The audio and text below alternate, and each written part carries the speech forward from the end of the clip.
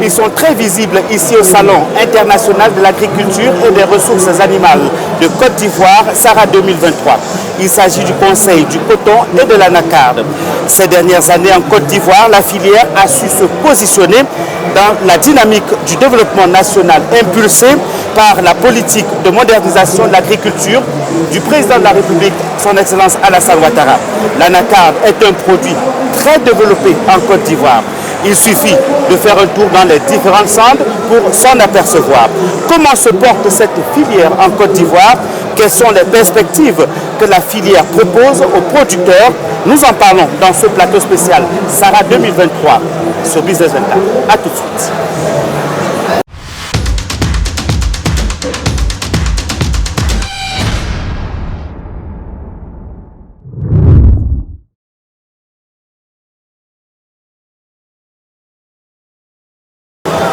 Dans ce stand spécial, je reçois un invité spécial. Il s'agit du directeur général du Conseil du coton et de l'anacarde, le docteur Adama Coulibaly. Directeur, bienvenue. Merci. Merci d'avoir accepté notre invitation et merci d'inviter Business 24. C'est moi qui vous remercie de venir sur nos stands. Alors, docteur Adama Coulibaly, dites-nous d'entrée de jeu, présentez-nous le Conseil du coton et de l'anacarde, que vous dirigez d'ailleurs. Le Conseil du coton et de l'anacarde, c'est l'organe de régulation, de suivi et de développement des filières anacarde. Il a plu au président de la République, son Excellence Alassane Ouattara, de reformer ces deux filières en 2013 et de leur donner donc un statut particulier en mettant en place donc une structure de régulation qui est le Conseil du coton et de l'anacarde. Alors docteur, cette présentation étant faite, dites-nous comment se porte la filière coton. On est arrosé dans votre stand par beaucoup de coton. Comment se porte aujourd'hui cette filière? La filière se porte bien. Vous savez, au moment de la réforme, et même après la réforme, en 2015, la production cotonnière était de 310 000 tonnes. Et il y a deux campagnes, nous sommes montés à 559 000 tonnes de coton brut. Alors il est vrai que nous avons eu un malheureux épisode pendant la campagne 2022-2023 qui a donc été l'avènement des parasites qu'on appelle les jacides qui ont donc fait chuter notre production en créant de nombreuses difficultés donc, à la filière. Mais cette année, nous sommes repartis pour de bons résultats. Et nous étions arrivés à la deuxième place de producteurs au niveau africain, des pays producteurs au niveau africain. Nous avons reculé à cause des jacides à la quatrième place, mais nous pensons reconquérir au moins la troisième place à la fin de la campagne à venir. Au total, donc, la filière coton se porte bien. Et les acteurs sont au travail. Relativement à la filière anacarde, parce que très souvent on dit la filière coton-anacarde, mais en réalité c'est deux filières qui, donc l'une est une culture annuelle et l'autre c'est une culture pérenne. Et l'anacarde se porte également très bien, malgré donc quelques difficultés liées au commerce. Vous savez, dans tous les commerces, les produits connaissent des hauts et des bas. Mais au total, nous sommes une filière qui se porte bien, la filière anacarde, parce qu'en termes de production, nous sommes passés de 400 000 tonnes en 2011-2013 au mois de la réforme. Nous sommes arrivés cette année à pratiquement 1 200 000 tonnes. Donc en termes de production, la filière se porte très bien. Maintenant, il nous faut gagner les autres batailles liées à la valorisation, donc la chaîne de valeur de ces produits. Intéressons-nous particulièrement à la filière anacarde à présent et présentez-nous cette filière en chiffres, monsieur le directeur général, si c'est possible. Bien sûr, c'est possible. Je disais tantôt, au moment de la réforme initiée par le président de la République, nous étions autour de 400 000 tonnes de produits, de production. Aujourd'hui, nous sommes passés à plus d'1 million, peut-être 1 200 000 tonnes. Cela positionne la Côte d'Ivoire comme le leader de la production mondiale de noix de cajou. Il devient le leader en termes de production. Et nous ne pouvons pas nous contenter de produire parce que la valeur ajoutée se trouve dans les autres maillons. Le maillon de la transformation le moyen de la distribution. Et donc, instruction nous a été donnée de tout mettre en œuvre pour transformer au moins 50% de notre production à l'horizon 2030. Et nous y travaillons tous les jours que Dieu nous donne le souffle de vie, nous y travaillons. Et Dieu merci, en 2016, nous étions autour de 6% de volume transformé. Aujourd'hui, nous sommes à près de 22% de volume transformé localement. Mais il faut relativiser encore ces pourcentages, parce que la production est dynamique. En 2016, nous étions à 649 000 tonnes. Donc 50% de 649, c'est autour de 300 000 tonnes. Aujourd'hui, nous sommes à 1 200 000 tonnes. Donc quand on dit 22%, il faut bien relativiser.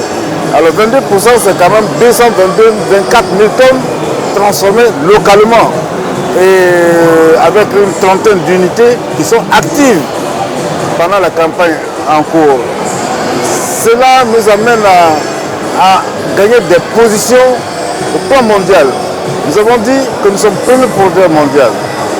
Maintenant, nous sommes troisième transformateur mondial. Troisième transformateur mondial.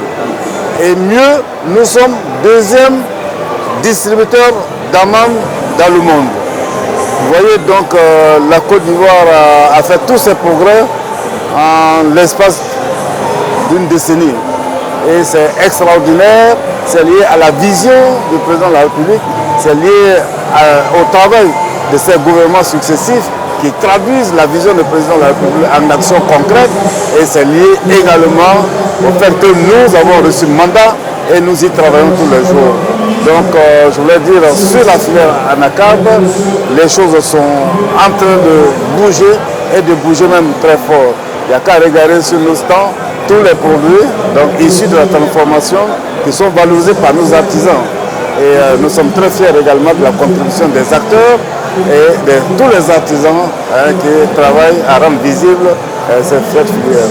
Docteur Adama Coulibaly, l'un des défis majeurs d'ailleurs de la filière anacarde, c'est la production. D'ailleurs, vous l'avez dit. Et sur ce chapitre, d'ailleurs, la Côte d'Ivoire, on le dit, s'est montrée assez dynamique en créant dans la ville de Korogo, ça c'est au nord de la Côte d'Ivoire, une zone industrielle dédiée à la production de l'anacarde. Est-ce que vous pouvez nous dire un mot là-dessus? Comment se porte justement cette zone industrielle? Bien sûr, la zone agro-industrielle de Korogo fait partie donc des zones que nous sommes en train d'aménager. Parce qu'il faut citer la zone agro-industrielle de Korogo, mais il faut citer celle de Bondoukou que nous allons certainement inaugurer dans quelques mois, et celle de Ségala que nous allons inaugurer également lors du premier semestre de 2024. Alors, toutes ces infrastructures rentrent dans la politique de structuration de l'économie ivoirienne. Vous savez, c'est que les productions agricoles, comme l'anacarde, qui permettent de créer des usines in situ sur les zones de production. Vous voyez, la plupart des industries s'installent autour des grandes villes. Mais les productions agricoles sont, j'allais dire, appellent les investisseurs à s'installer là où il y a la production. Et donc les zones de Korogo que nous avons inaugurées il y a une dizaine de jours font partie des outils que nous avons mis en place pour accélérer le mouvement de la transformation, parce que c'est dans la transformation qu'il y a la valeur ajoutée, et c'est la transformation qui rend durable les acquis de la filière et notamment le maillon de la production. Et donc cette zone agro-industrielle de Korogo, elle va recevoir cette usine, et sur ce site, nous allons pouvoir faire transformer au moins 60 à 80 000 tonnes. Sur le site de Bondoukou, ce sera autour de 40-50 000 tonnes, et le site de Ségala. Au total, donc, en mettant en œuvre toutes ces zones agro-industrielles, nous accélérons le mouvement, nous attirons les investisseurs, parce qu'un investisseur qui vient, il n'a pas beaucoup, j'allais dire, de temps pour aller chercher du terrain, pour aller l'aménager, pour aller le rendre viable, etc., etc. Donc toutes ces zones sont donc aux standards internationaux. Vous y trouvez l'eau, la fibre optique, les magasins, les ponts de pesage, etc., etc. Tout ce qui est utile à votre métier de transformateur se trouve sur ces zones. et vous venez juste avec vos magasins, et vos machines, vous implantez, vous commencez à travailler. On peut donc dire félicitations au Conseil du coton et de l'anacarde d'ailleurs qui a œuvré à l'existence d'un cadre juridique à l'assainissement du secteur de l'anacarde et aujourd'hui à l'inauguration donc de cette zone industrielle. Encore faut-il que les investisseurs s'y rendent. Monsieur le directeur général, quelles sont les mesures d'accompagnement des investisseurs dans cette zone industrielle? Mais vous savez, merci déjà pour les félicitations. Nous les prenons, mais nous ne sommes pas totalement satisfaits de nos propres résultats.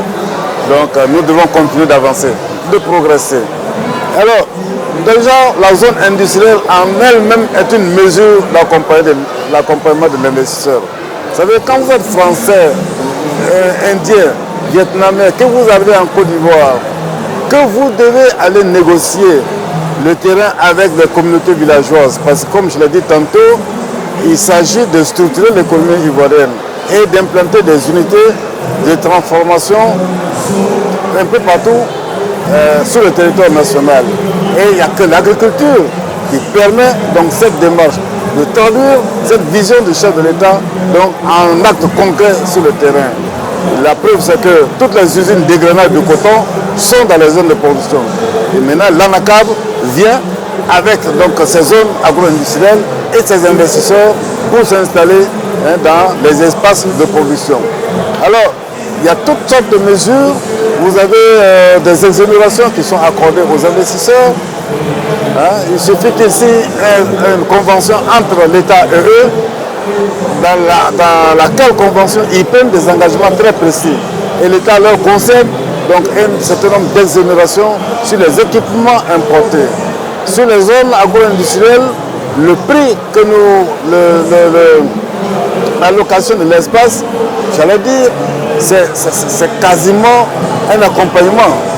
C'est une subvention que le Conseil du coton de l'anacarde apporte aux investisseurs qui viennent s'installer. Mais au-delà, il y a la subvention que l'État accorde aux transformateurs, qui est une subvention directe et qui est de 400 francs CFA sur chaque kilo d'amande qui sort des unités. Je peux vous dire que nous avons sur le territoire ivoirien aujourd'hui des unités qui, à travers cette subvention de 400 francs, mobilisent autour de 1 milliard par trimestre. Ce qui veut dire que le volume qui transforme est extrêmement important et qui commercialise également est extrêmement important. C'est tout ça qui fait que la Côte d'Ivoire aujourd'hui est visible sur le marché des amandes, qui fait que la Côte d'Ivoire s'est positionnée comme deuxième fournisseur sur le marché des amandes et c'est extrêmement important. Et nous sommes, pour le moment, nous disons nous sommes dans la bonne direction, mais nous avons encore beaucoup de progrès à faire. Docteur Adama Coulibaly, c'est important également d'aborder cet aspect de l'anacarde, l'aspect des dérivés, des dérivés de l'anacarde. Est-ce que vous pouvez nous parler, n'est-ce pas, des produits dérivés de l'anacarde et toute l'économie circulaire tout autour de ce produit? Oui, merci. En venant à Soussara, c'est pour montrer à la communauté nationale et à la communauté internationale tout ce qu'on peut faire à partir donc, des produits de l'anacarde.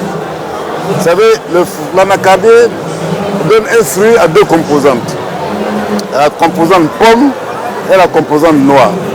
Et chaque composante de ce fruit a un circuit totalement, j'allais dire, différent de l'autre.